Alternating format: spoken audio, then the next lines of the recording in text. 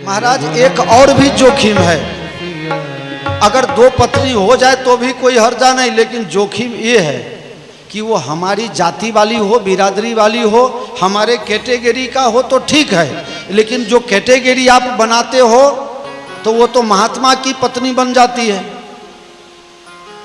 हम लोग निषाद की जाति, हम लोग को ज़्यादा आचार विचार आता नहीं है। अब वो महात्मा बन करके आ जाएगी, महात्मा की पत्नी आ जाएगी, तो उसको तो सबसे पहले वो तो सवेरे सवेरे बैठ करके राम राम जपना, पराया माल अपना। नेताजी साधु महात्मा लोग काम थोड़े करते हैं, भाड़ा लगे आपको, दक्षिणा मिले हमको। क्यों नेताजी? आप सब लोग आए भाड़ा खर्चा करके, कुछ मिला?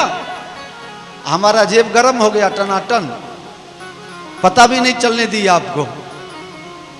जय सिया राम। और बाबा जी बनने में बहुत फायदा है। जरा महात्माओं के लिए ताली बजाओ, कोई और है नहीं, हमारे लिए ही बजाओ।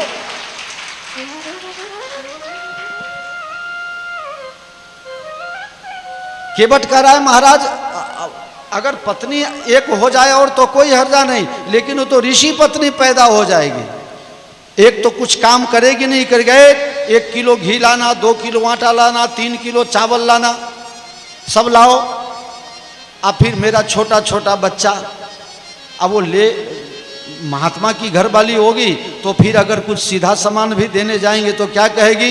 है यहाँ रख दो, हम किसी के हाथ से छूते नहीं है। एक तो देना और ऊपर से हमको धमकाना। अब फिर कहेंगे ओम अपवित्र पवित्र उवा सर्वावस्थांगत्वपि यस्मृत पुंडरीकाक्ष बाह्याभ्यंतर शुचि शुचि। पवित्र करके तब लेंगे, रसोई बनाएंगे। अब भोजन का भाई महात्मा बनाएंगे तो अच्छा बनाएंगे, दूसरे का घी से बनाना है तो हम कम क्यों रखें? की बउआ?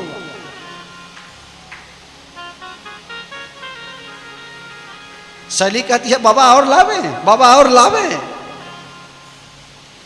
आधा दाल खत्म कर दिलियो ना।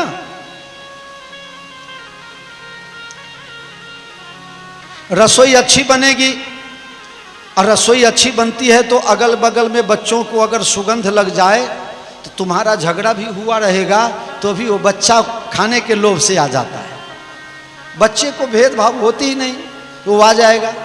महाराज अब वो ऋषि पत्नी अच्छा अच्छा भोजन बनाएगी और मेरे छोटे छोटे बच्चे जाएंगे और छू देंगे। अभी कुछ दिन पहले मेरे साथ ऐसा हुआ।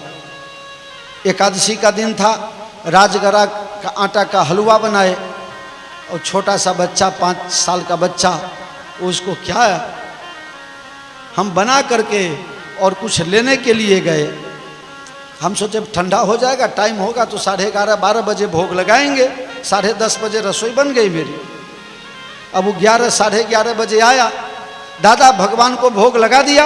हमने नहीं अभी थोड़ी देर है, रुक मैं ऊपर से फूल साफ करके आता हूँ तब भोग लगाऊंगा। अब हम ऊपर से आए तो यहाँ तो भोग लग रहा था। हाँ तुम दोनों ने देखा है ना, आप भी थे ना। अब हम ऊपर से नीचे आवे तो उसका भोग लग रहा था। क्या करें दादा, दाल भात बहुत बढ़िया बना है, हलवा बहुत बढ़िया बना है। अब फिर सबका सब हटाए, फिर नया बनाए तो भगवान को भोग लगाने में 1:30 बज गया। तो मेरे छोटे छोटे बच्चे हैं और ये महात्मा की पत्नी भोजन बनाएगी, बढ़िया बनाएगी, और फिर हमारे बच्चे आके छू देंगे और वो कहीं गुस्सा में आकर के श्राप दे दिया था। पहले महात्मा लोग श्राप दे देते थे, आज के जमाना में कोई किसी को श्राप देता नहीं है और लगता भी नहीं है। आज कोई नाराज हो तो क्या करता है? नंबर ब्लॉक कर देता है, नंबर ब्लॉक कर देता है। आधा ब्लॉक करना वो उसका भी रास्ता है।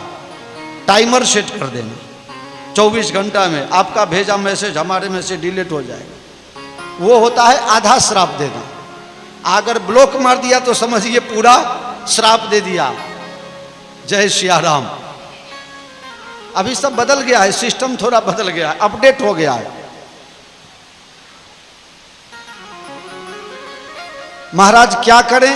राम जी ने कहा आप कहो सो ही करें। कहा महाराज यही घाट ते थोरिक दूर है, कटिलों जल था दिखाई हाँ जो पर से पग धोर तरे तरनी धरणीधर क्यों समझाई हाँ जो। महाराज आपको पांव धुलवाना नहीं, मेरी बात मानना नहीं हो तो एक काम करो, बस यहाँ से थोड़ा दूर पूरब की ओर आप चले जाइए और वहाँ जो घाट है उस घाट पर पानी कम है, कमर तक पानी है, बस आप तैर करके इस पार से उस पार चले जाइए। लेकिन महाराज मुझे पता है आपको तैरने नहीं आता है। पानी देख करके सीता जी डर जाती हैं। लक्ष्मण जी को फिर गुस्सा आया, हमारे भगवान को 1.5 घंटा से परेशान कर रखे हो, कहते हो तैरने नहीं आता है, आपका ऐसे वैसे कर रहे हो, भगवान को क्यों तैरने नहीं आता है। लक्ष्मण जी मैं भगवान की बात कर रहा हूँ, आपकी नहीं। राम जी ये क्या कह रहा है? लक्ष्मण ये जो कहता है जो सुनो ना, पार तो यही उतारेगा। आप दोनों मिल गए लगते हो।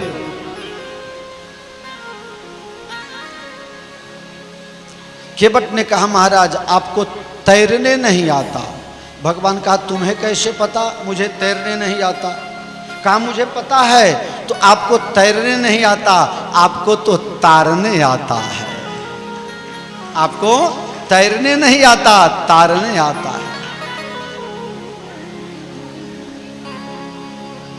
केवट पिछले जन्म में क्षीर समुद्र में कछुआ था। भगवान के दर्शन के लिए ऋषि मुनि महात्मा देवता सब आते थे। कछुए के मन में भावना जगी, अरे इतने दूर दूर वाले आते हैं और मैं नज़दीक वाला समझ ही नहीं पाया भगवान क्या चीज़ है। ये सब लोग जा रहे हैं तो इसका मतलब है भगवान में कुछ तो जादू मंत्र है, हम भी चलें भगवान के दर्शन के लिए। कछुआ गया भगवान का दर्शन करने और भगवान उस समय शेष शैया पर सो रहे थे। कछुए को आता देख करके शेषनाग ने फुफकार छोड़ा। लक्ष्मी जी पांव दबा रही थी। जब ही शेषनाग ने फुफकार छोड़ा कछुआ भाग गया समुद्र के गोद में, बच गया बेचारा। दूसरी बार फिर से कोशिश किया, फिर से सांप ने शेषनाग ने फिर से फुफकार छोड़ा, भागा सो भागा, फिर तीसरी बार गया ही नहीं। भगवान जब जागे तो लक्ष्मी जी ने शिकायत कर दी, महाराज आपके दरबार में भी गरीबों को सताया जाता है। भगवान बोले मतलब आप जब सो गए तो आपके जहरीले ने ऐसा जहर छोड़ा कि मेरा बेटा भाग गया। क्या हुआ? बोले बेचारा कछुआ दर्शन करने के लिए आया लेकिन ये शेषनाग ने दर्शन नहीं करने दिया। महाराज मेरे बच्चा को न्याय कब मिलेगा? उसके लिए हमें न्याय चाहिए। भगवान ने कहा देवी जब त्रेतायु के अंतिम चरण में हम अयोध्या जी में अवतार लेंगे तब आप लक्ष्मी बनेंगी, आप लक्ष्मी बनेंगी और ये शेषनाग हमारा छोटा भाई लक्ष्मण बनेगा। आप सीता बनेंगी और ये लक्ष्मण बनेगा। और ये जो कछुआ है एक गंगा नदी की किनारे केवट बनकर के पैदा होगा, तब इसे चरण सेवा का मौका प्रदान किया जाएगा। अभन केऊ याद राखे।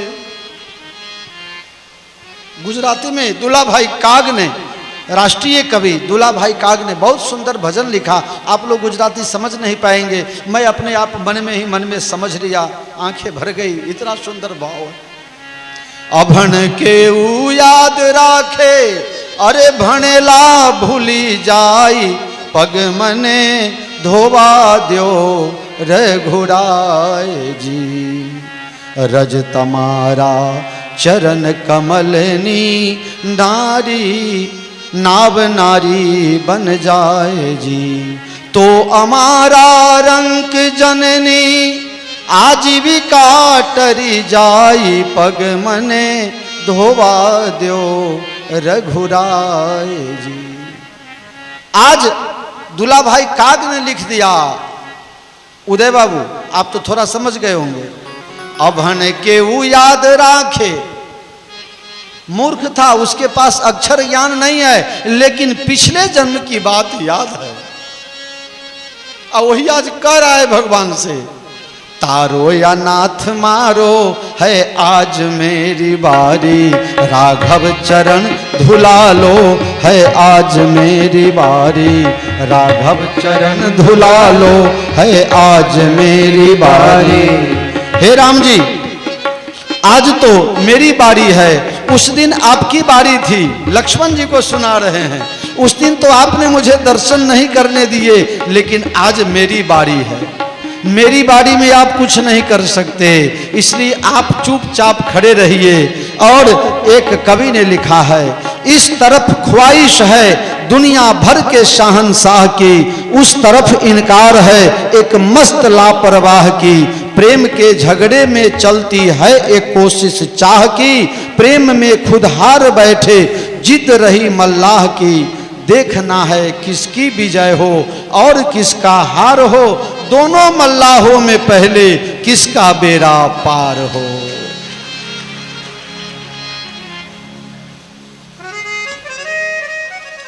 कवि कह रहे हैं कि पढ़े लिखे लोग भूल जाते हैं, भूलते नहीं है, भूलने का मतलब जानबूझ के भूल जाते।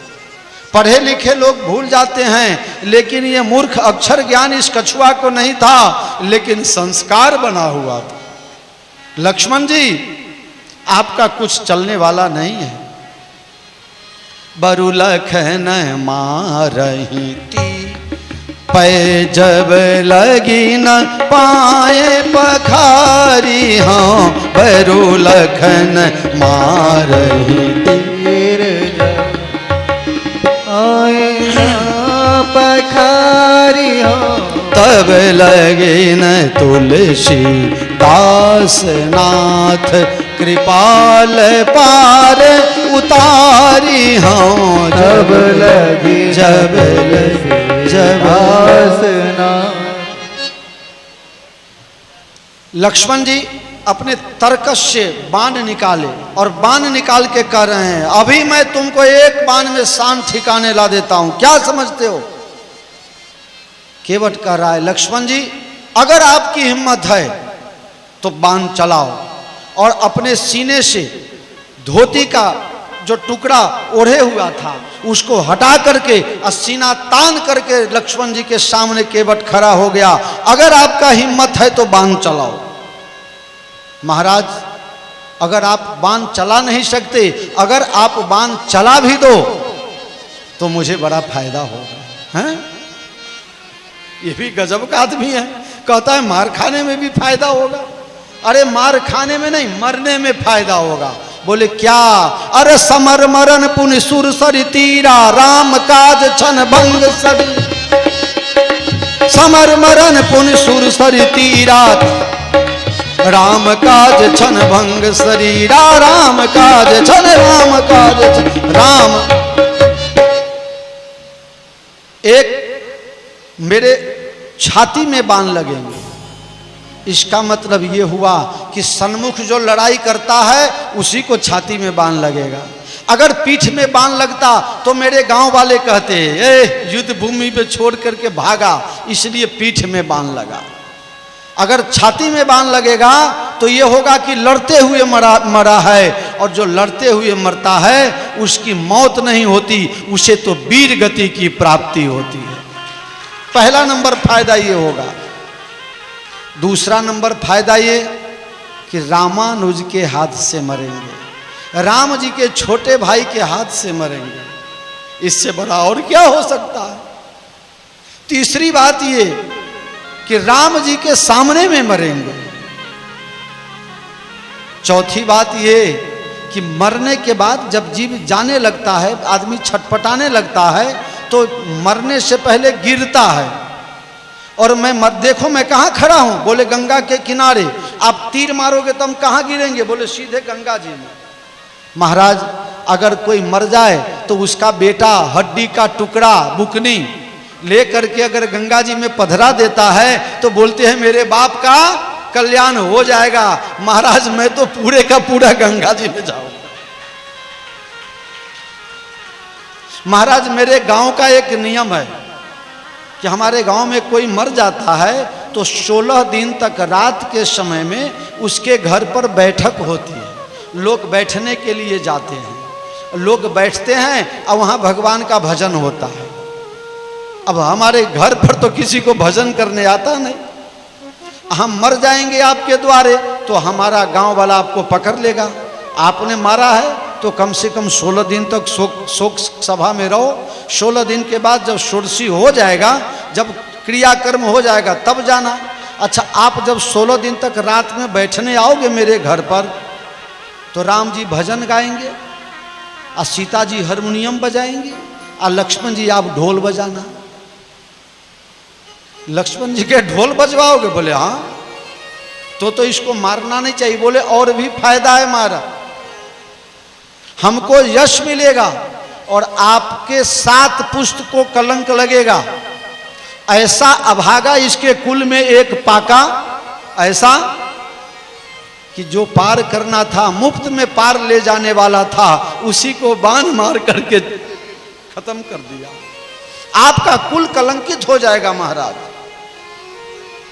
महाराज मेरे बच्चे छोटे छोटे हैं और उठाने के लिए 4 आदमी चाहिए, उठाने के लिए 4 आदमी चाहिए। मेरे बच्चे छोटे छोटे हैं और हमारे गांव का नियम ऐसा है कि पत्नी श्मशान में नहीं जाती है।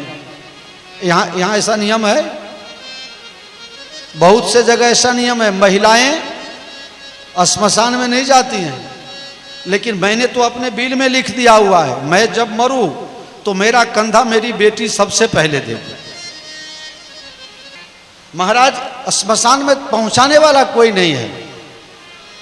आप 3 और आपके मित्र हमारे गांव के मुखिया, आप 4 लोग मिल करके हमारा श्मशान यात्रा करना।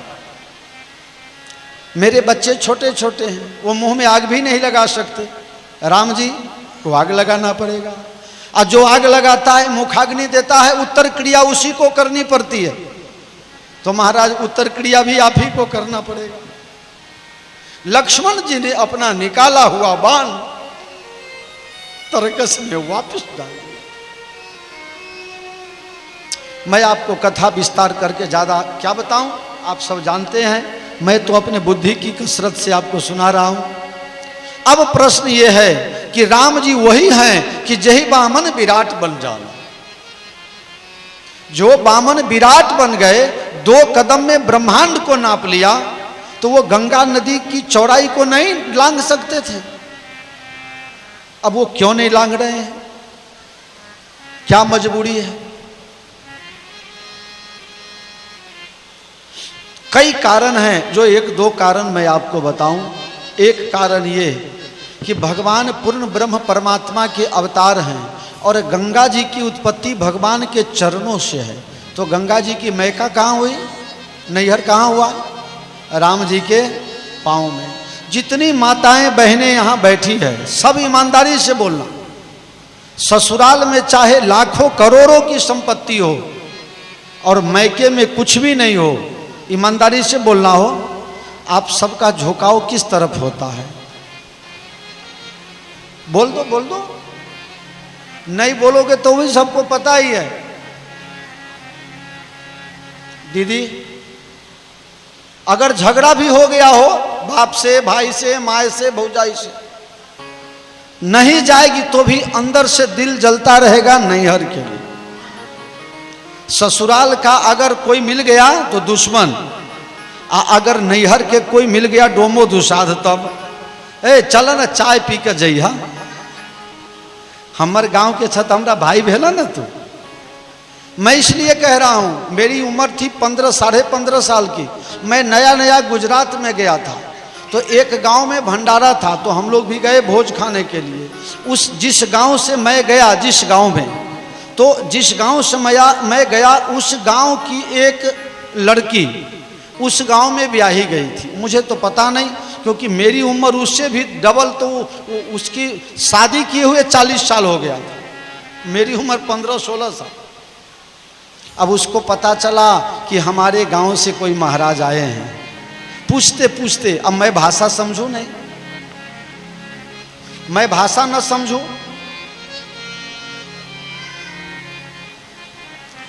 तो मैं भाषा समझूं नहीं। फिर एक महात्मा ने समझाया कि ये तेरी बुआ है। बुआ, बुआ कहाँ से आ गई मेरी यहाँ?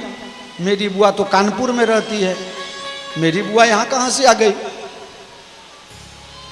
कहा तुम्हारी बुआ इसलिए है कि तुम जहाँ से आए हो ना, उसी गांव की ये बेटी है। अच्छा, जाओ जाओ। फिर आकर के वो बुढ़िया ने मेरा हाथ पकड़ के और अपने घर ले गए बुला करके। तुम मेरे मैके से आए हो ना, मैं तेरी बुआ हूं, तू मेरा भतीजा है। हीराबेन उसका नाम था, हीराबेन।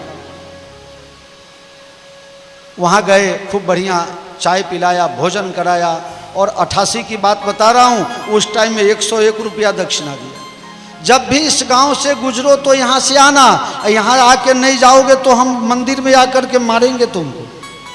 क्या क्या उसका लगाओ। आज भी हम उसको देखते हैं तो बुआ कह के बुलाते हैं। अभी 95 साल की उम्र हो गई होगी उसकी, आज भी उसको हम बुआ कह के बुलाते हैं। ये भाव है।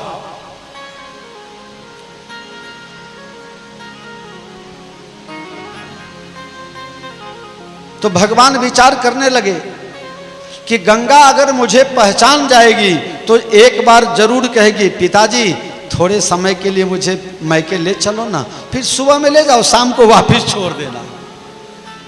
तो इसमें बुराई क्या है? बुराई है। भगवान राम जी ने विचार किया, अरे सुरसरी मोहि जान जब जई हैं,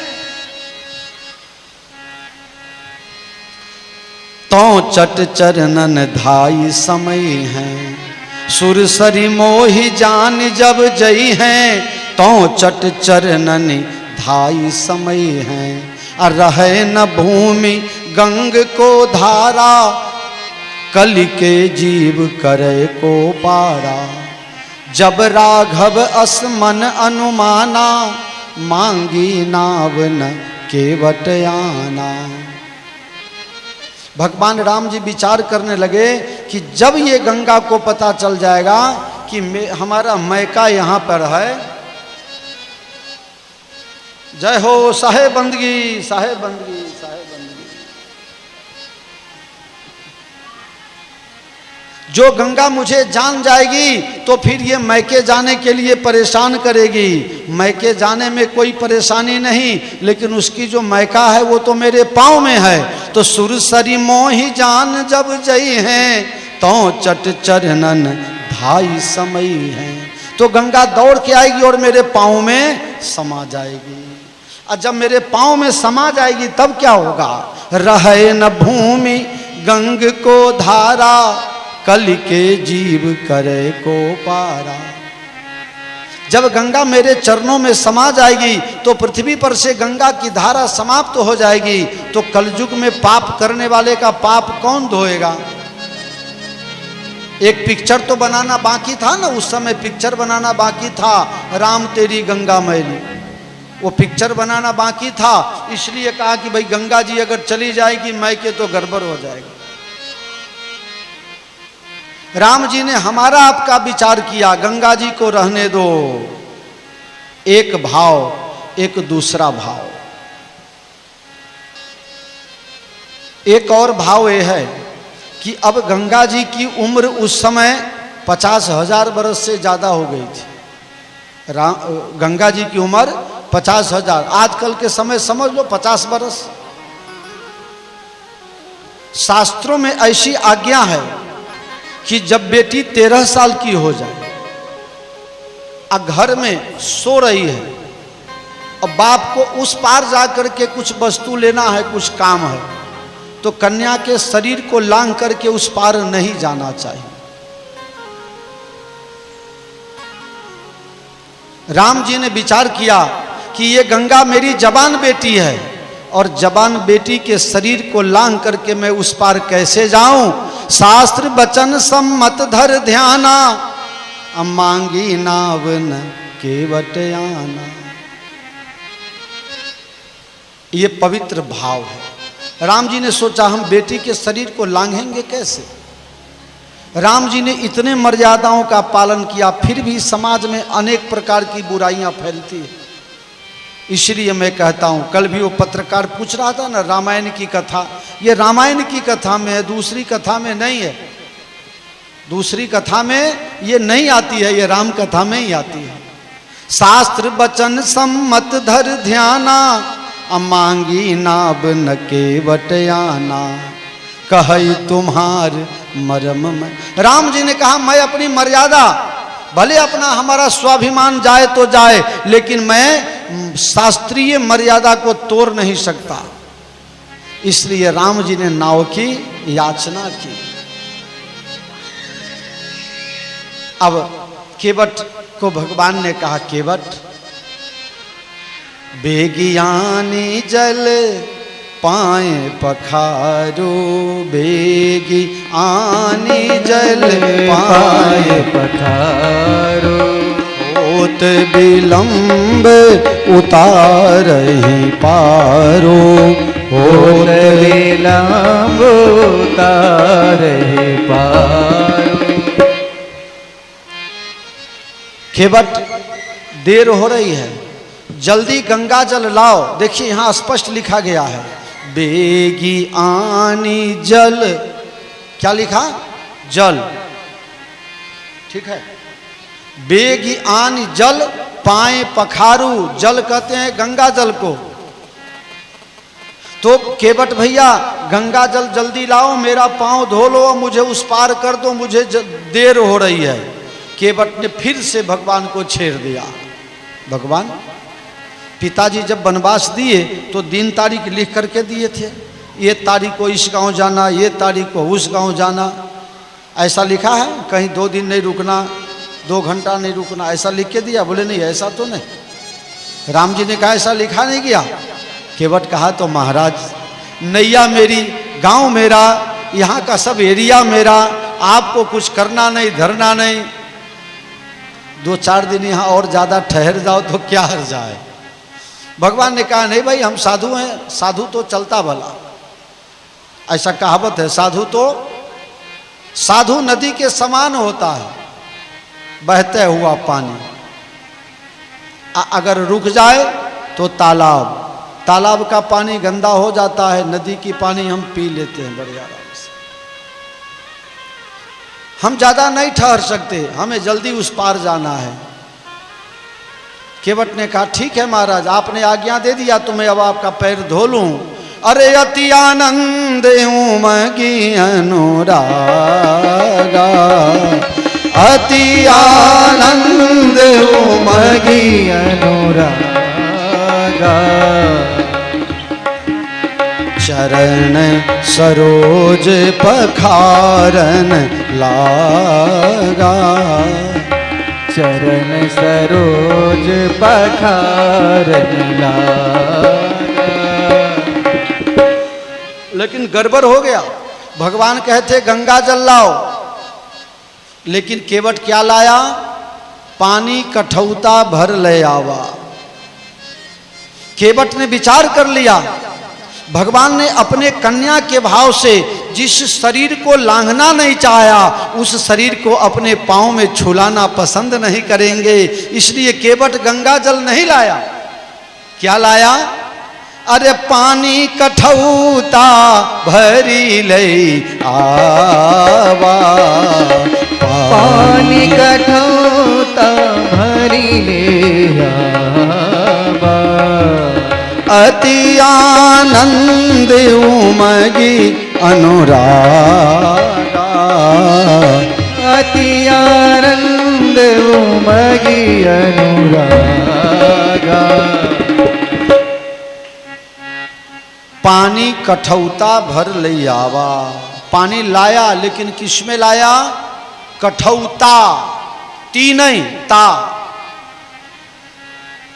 कठौती लाता तो एक बेटी पैदा हो जाती, एक घर वाली पैदा हो जाती, मतलब एक महिला पैदा हो जाती। तो इसने क्या ले आया? कठौता।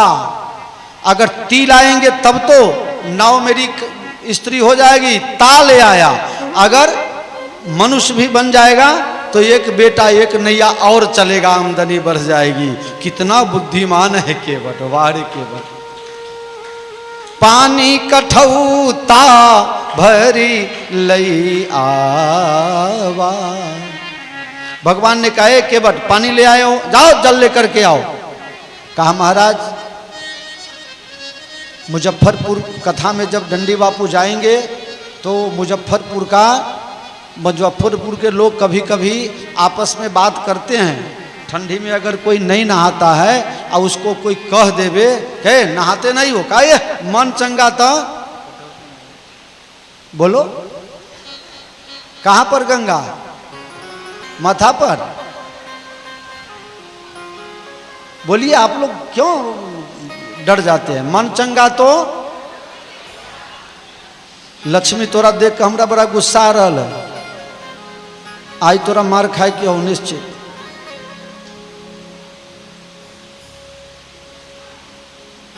पानी कठौता भरी लैया, पानी कठौता भरी ले आवा। अच्छा, आप लोगों में कितने को ये मालूम है मन चंगा तो कठौती में गंगा? काफी लोगों को पता है। अच्छा, अपने अपने लिए एक बार ताली बजा लो, तुम लोग जानकार हो। अपने लिए हो, मेरे लिए मत बजाना, मत बजाना।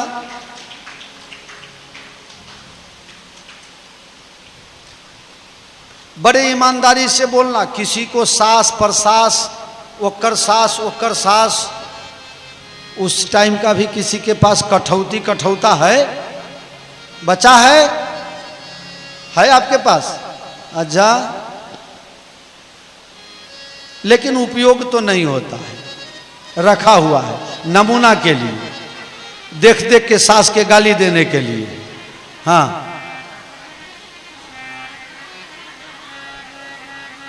मन चंगा तो। अब आप लोग जब कठौता कठौती रखते नहीं हो तो गंगा कहां से आएगी? हैं? ये गंगा आएगी कहां से? एक बार मास्टर साहब स्कूल में अपने विद्यार्थी से पूछ दिए, गंगा कहां से निकलती है? विद्यार्थी बड़ा होशियार था, कहा मनोज कुमार के घर से निकलती है और सतीश कुमार के घर जाती है। बोली, वो कौन सी गंगा? बोली, मेरी पड़ोस वाली। जब समझ में आवे तब दांत निकालना, अभी चुपचाप सुन लो। मन चंगा तो कठौती में गंगा, लेकिन कठौती कठौता कोई रखते ही नहीं हो तो फिर गंगा कहां से आएगी?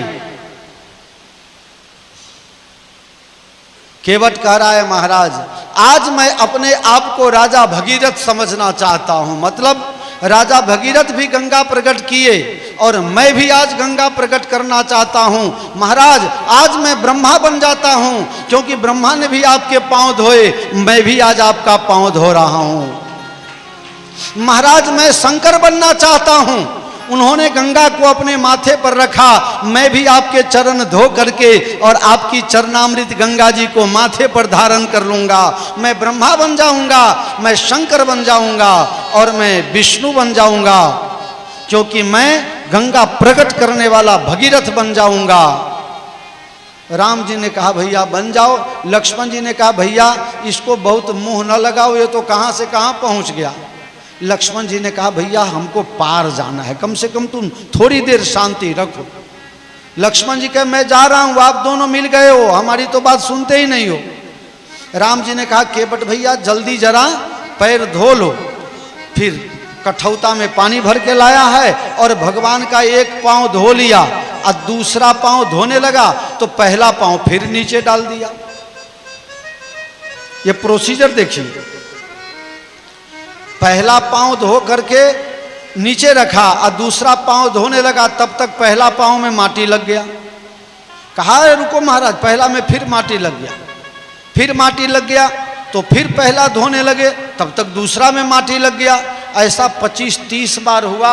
भगवान बोले भैया तू तो मेरे से कसरत करवा रहे हो, 1 2 1 2 हमको कसरत करवा रहे हो, इसलिए मैं तो अब थक गया हूं, मुझे चक्कर आता है। केवट ने कहा चक्कर आता है भगवान, इसकी भी दवाई मैं रखता हूं। बोले कौन सी दवाई? आप अपने दोनों हाथ से मेरा माथा पकड़ लो। अब ताली नहीं बजाओगे? ए भगवान, क्या कर लिया केवट ने मुफ्त में? है क्या कहा भगवान को? आपको चक्कर आ रहा है तो मैं पांव धो रहा हूं और आप दोनों हाथ से मेरा माथा पकड़ लो। लक्ष्मण जी ने कहा प्रभु इसके माथे पर जल्दी हाथ धर दो जिससे इसकी बुद्धि सुधरे और परेशान करना बंद करे। केवट ने कहा लक्ष्मण जी मेरी बुद्धि खराब नहीं है, ये तो मैं जानूं या वो जाने। अति आनंद उमगी अनुरागा चरण सरोज पखारन लागा पखारन लागा पखारन लागा। लागा लगा हुआ है, बहुवचन है। लागा लगा हुआ है, धो ही रहा है। एक धो के नीचे रखता है, दूसरा धोता है, फिर दूसरा नीचे रखता है, पहला धोता है। भगवान कहे केवट कुछ रास्ता निकालो, हम बहुत थक गए हैं। प्रभु रास्ता है मेरे पास, मैं ब्रह्मा बन गया, मैं शंकर बन गया, मैं भगीरथ बन गया, अब मैं आपकी मां कौशल्या बनना चाहता हूं। लक्ष्मण जी ने कहा देखिए भगवान, इसको आपने मुंह लगा दिया, अब ये तो मां बनना चाहता है। केवट मेरी मां कैसे बन जाओगे? बोले उसका भी दवाई है। जब कोई छोटा बच्चा अपना पांव बिगाड़ लेता है, बाहर से गंदा करके आता है पांव भी, तो मां उसका पांव कैसे धोती है? उसका पांव बिगड़े नहीं, बच्चा खड़ा हो नहीं सकता, उसको खड़ा होने की अभी हैसियत नहीं है, ताकत नहीं है, तो माँ बच्चे का पांव कैसे धोती है? गोद में ऐसे ले लेगी और उसका आधा पैर गोद से बाहर लटकता रहेगा। एक तरफ माँ रो रही है, परेशान हो रही है और पांव लटका हुआ है, और फिर पानी लेकर के उसका पांव धो देती है। भगवान आ जाओ आप मेरे गोद में, आपके पांव को मैं धो डालूं। केवट ने भगवान को अपने गोद में और उसका वात्सल्य भाव उमड़ पड़ा। कौशल्या के जैसा उसका भाव हो गया। किसी ने कहा महाराज आपको कैसे पता चला? एक संत ने इस पर संशोधन किया कि जब केवट भगवान के पांव धोने लगा मां बन के, तो क्या किया, उसको लगा कि हमको कोई देख रहा है, तो अपना पल्लू, अपना जो दुपट्टा था उससे माथा ढकने लगा। लक्ष्मण जी ने कहा तुम औरत हो कि माथा ढांक रहे हो? भगवान कहे केवट अब मैं यहाँ मैं पांव रखूं यहाँ नीचे, नौका में बैठने जाऊं तो माटी तो फिर लगेगा, अब क्या करोगे? बोले महाराज आपका यज्ञोपवीत हो गया? बोले हो गया। यज्ञोपवीत हो गया और तब आप काशी पढ़ने के लिए दौड़े थे। आप काशी पढ़ने के लिए दौड़े, तब मामा जी आए थे सामने से लेने के लिए, पूछे थे कहाँ जा रहे हो? तो काशी। क्यों? पढ़ने के लिए। चलो चलो यहीं रुक जा, यहीं पढ़ा दे। तो आपके मामा ने आपको कैसे उठाया था? मैं आपका मामा बन जाऊं थोड़ी देर के लिए। और भगवान केवट को अपने आलिंगन में, केवट ने भगवान को अपने आलिंगन में उठा करके और नौका तक ले गया, नौका में बैठाने लगा। अभी बैठे नहीं है भगवान, बहुत देर लगेगी, अभी थोड़ा समय लगेगा। भगवान को नौका में बैठाने ले गया, लेकिन नौका में बैठाया नहीं, नीचे पानी में उतार दिया, ठेहुना भर पानी में। भगवान कहे केवट डायरेक्ट बैठा दो ना। बोले रुकिए, अभी हम लाइन से एक एक करके सबको बैठाते हैं। केवट कोई है तो नहीं, न इधर न उधर, न आगे न पीछे, कौन है? मुझे तो दिखता नहीं। केवट ने कहा महाराज आपको अगर दिख गए होते तो हमको दिखते नहीं। आपको अगर दिख गए होते, आपकी कृपा दृष्टि हो गई होती तो मुझे वो कभी नहीं दिखते। लेकिन रात के समय में जब वो रोते हैं, जब वो व्याकुल होते हैं, पूरे परिवार की नींद बिगाड़ते हैं, तब जाके हमें पता चलता है, हम देखते हैं। मतलब महाराज मेरी हजारों पीढ़ी बीत गई, लेकिन कभी किसी ब्राह्मण ने, किसी पंडित ने मेरे बाप दादा का तर्पण श्राद्ध नहीं करवाया। महाराज सुने हैं कि आप जब गुरु वशिष्ठ जी के पास पढ़ने गए तो आपने सभी विद्याओं का अध्ययन किया, सही बात है? भगवान ने कहा हाँ। अच्छा, कर्मकांड पढ़े थे? कर्मकांड पढ़े थे? भगवान ने कहा हाँ। लक्ष्मण जी ने कहा भैया कहाँ सब हाँ में हाँ मिलाए जा रहे हो? राम जी ने कहा भैया पढ़े हैं तो झूठ कैसे बोले? कहा झूठ ना बोले तो बनो इसका पुरोहित। भगवान कहे बनना पड़ेगा। केवट जो मन भावे कर ले, अब मैं तेरे हाथ बिकाऊं। केवट जो मन भावे कर ले, अब मैं तेरे हाथ बिकाऊं। प्रेम न बारी उपजय, प्रेम न हाट बिकाए, राजा प्रजा जही रुचे, प्रेम दे दे जाए। जहां सच्चा भाव होता है वहां सारे नियम टूट जाते हैं। कभी कभी अतिशय प्रेम के कारण, अतिशय लगाव के कारण बहुतों का नियम टूटते हुए देखा है। दूसरे की बात क्या करे भगवान? अरे प्रबल प्रेम के पाले पर कर, प्रभु को नियम बदलते देखा। जिनकी चरण कमल कमला के, करतल से न निकलते देखा। कमला मतलब महारानी लक्ष्मी भगवान की चरण दबा रही हैं। भगवान क्षीर सागर में शेष शैया पर विराजमान हैं, विश्राम कर रहे हैं। महारानी कमला लक्ष्मी चरण दबा रही हैं। भगवान को कहीं जाने की इच्छा भी हो तो भी सुकोमल हाथों से लक्ष्मी जी सेवा के द्वारा भगवान को कहीं जाने नहीं देती है। इतने कोमल वही भगवान। जिनकी चरण कमल कमला के, करतल से न निकलते देखा। उनको ब्रिज की कुंज गलिन में, कंटक पथ पर चलते देखा। जहां प्रेम की प्रबलता होती है वहां आदमी बिक जाता है। वहां आदमी अपने, अगर सच्चा प्रेम है, सच्चा लगाव है, तो आदमी अपना आपा खो बैठता है। जहां थोड़ा सा भी नख जितना भी स्वार्थ है उसको प्रेम कभी कहा ही नहीं जा सकता।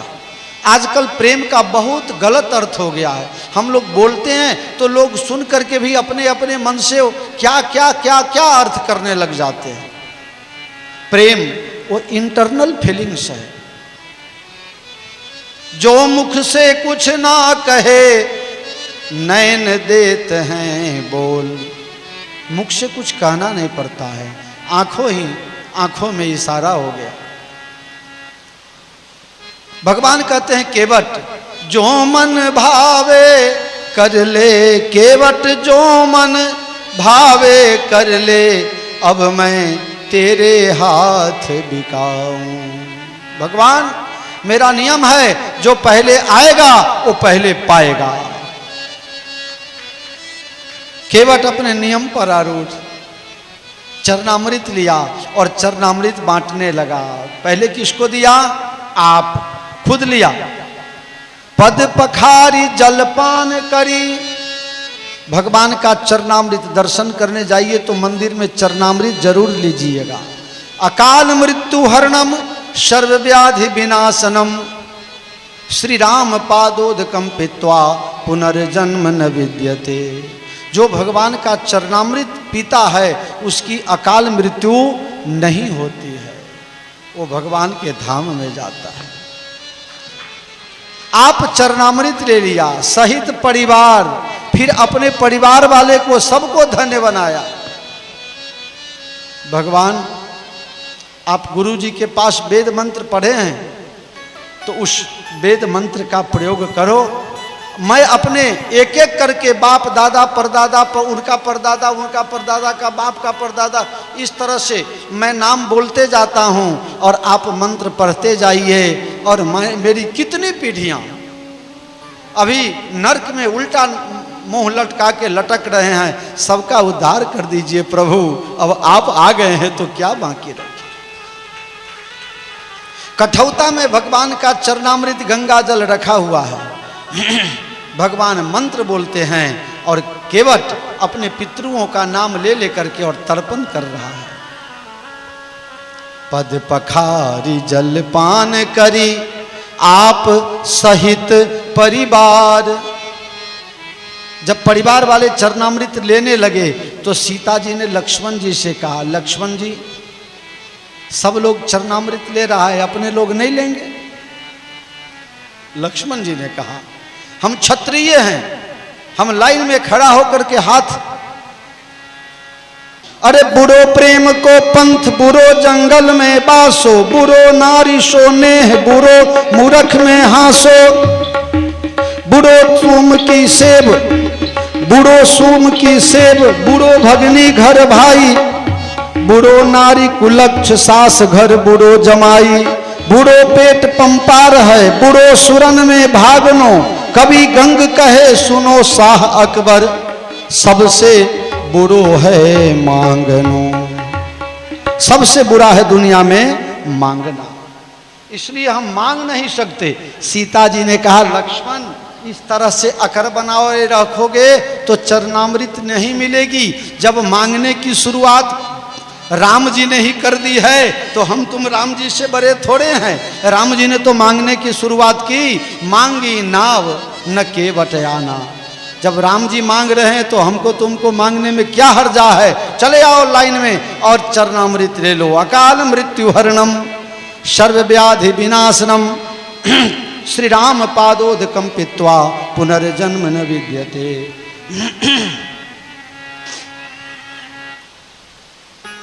अपने पितृगणों का तर्पण किया। आप सबसे मेरा एक निवेदन है, महिलाएं पुरुष सबों को कह रहा हूं, आप सबों को ये अधिकार है। अगर कोई मूर्ख मना कर देवे तो मेरी बात मान लेना, अगर पाप लगेगा तो मुझे लगेगा, उसकी चिंता मत करना। लेकिन आप जितने लोग सुन रहे हैं और सुन करके समझ रहे हैं तो ध्यान रखना, आप कहीं तीर्थ स्थान में जाएं, तीर्थ स्थान में जाइएगा तो वहाँ तीर्थ नदियों में स्नान कीजिएगा।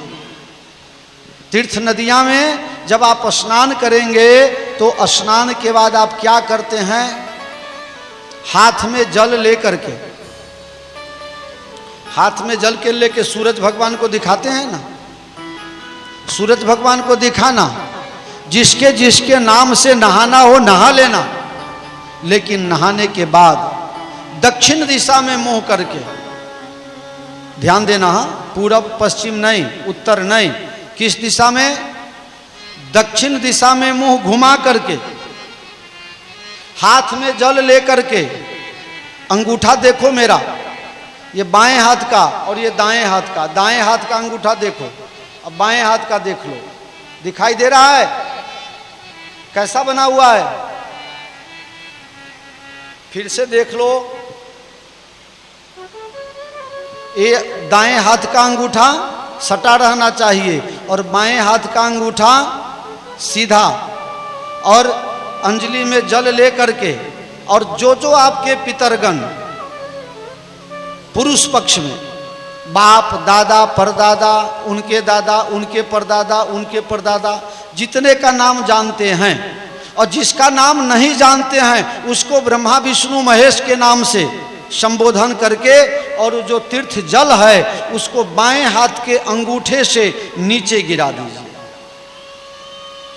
फिर शुरू कीजिए माताओं का नाम लेकर के, माँ का नाम, माँ के माँ का नाम, सास का नाम, सास के सास का नाम।